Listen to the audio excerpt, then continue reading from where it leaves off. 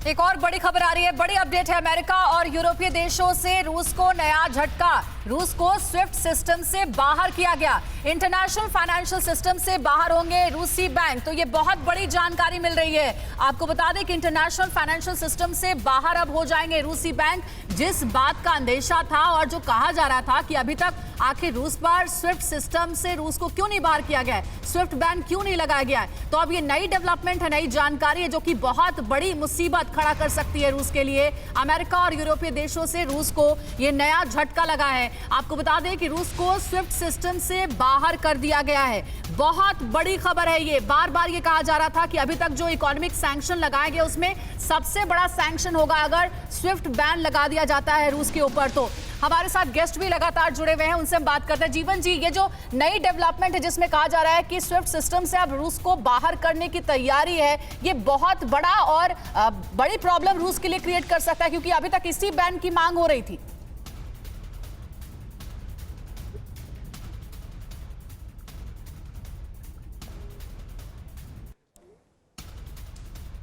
Sir, आपका audio mute आ रहा है, आप उसे प्लीज अनम्यूट कर लें।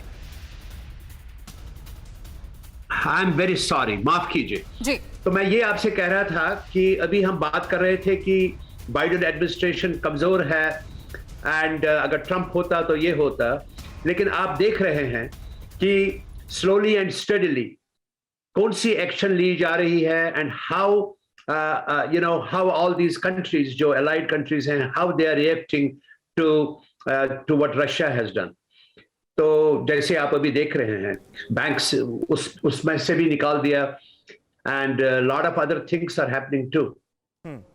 नहीं, लेकिन जीवन जी देखिए, सवाल ये है, डोनाल्ड ट्रंप जो गंभीर सवाल उठाते हुए नजर आ रहे हैं वो ये है कि जब तक अमेरिका मजबूत है दुनिया में शांति है। वो ये कह रहे हैं कि जो बाइडेन के आने के बाद जो कमजोर लीडरशिप है उसकी वजह से ये सारी चीजें हो रही हैं। वो बुश और ओबामा का एग्जाम्पल भी देते हैं कि बुश के राज में देखिए जॉर्जिया पर अटैक किया गया और ओबामा के राज में क्रीमिया पर अटैक किया रशिया ने, लेकिन जब तक मैं था सत्ता में तब तक रूस की ये हिम्मत नहीं हुई।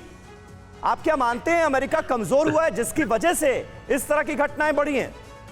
जी नहीं, बिल्कुल नहीं।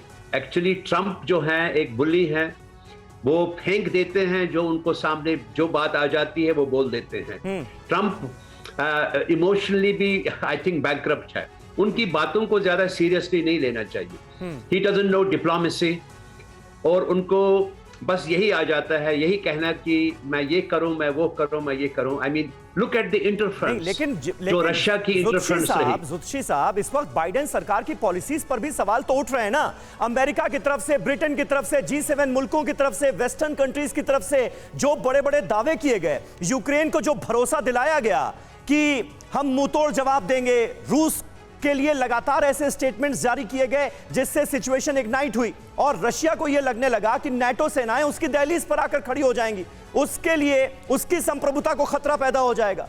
उसने यूक्रेन पर अटैक कर दिया, इसके लिए कौन जिम्मेदार है?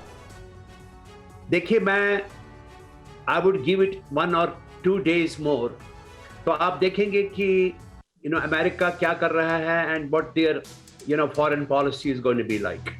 It is too early, it is too soon that we jump our guns.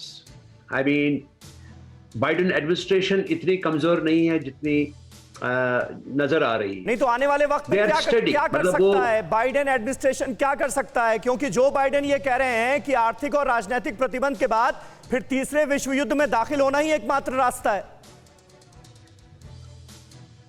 मुमकिन है, I think maybe that's what they might be planning to do. बहुत मुश्किल है इस वक्त कहना, लेकिन बाकी चीजें जो हैं, सैंक्शंस हैं या बाकी चीजें जो रशिया पर डाली गई हैं, वो तो अभी तक हो रही हैं, हुई हैं और ठीक है, मे बी ठीक है। अड़ी सोमवार से शुक्रवार शाम 6 बजे सिर्फ TV9 भारतवर्ष पर।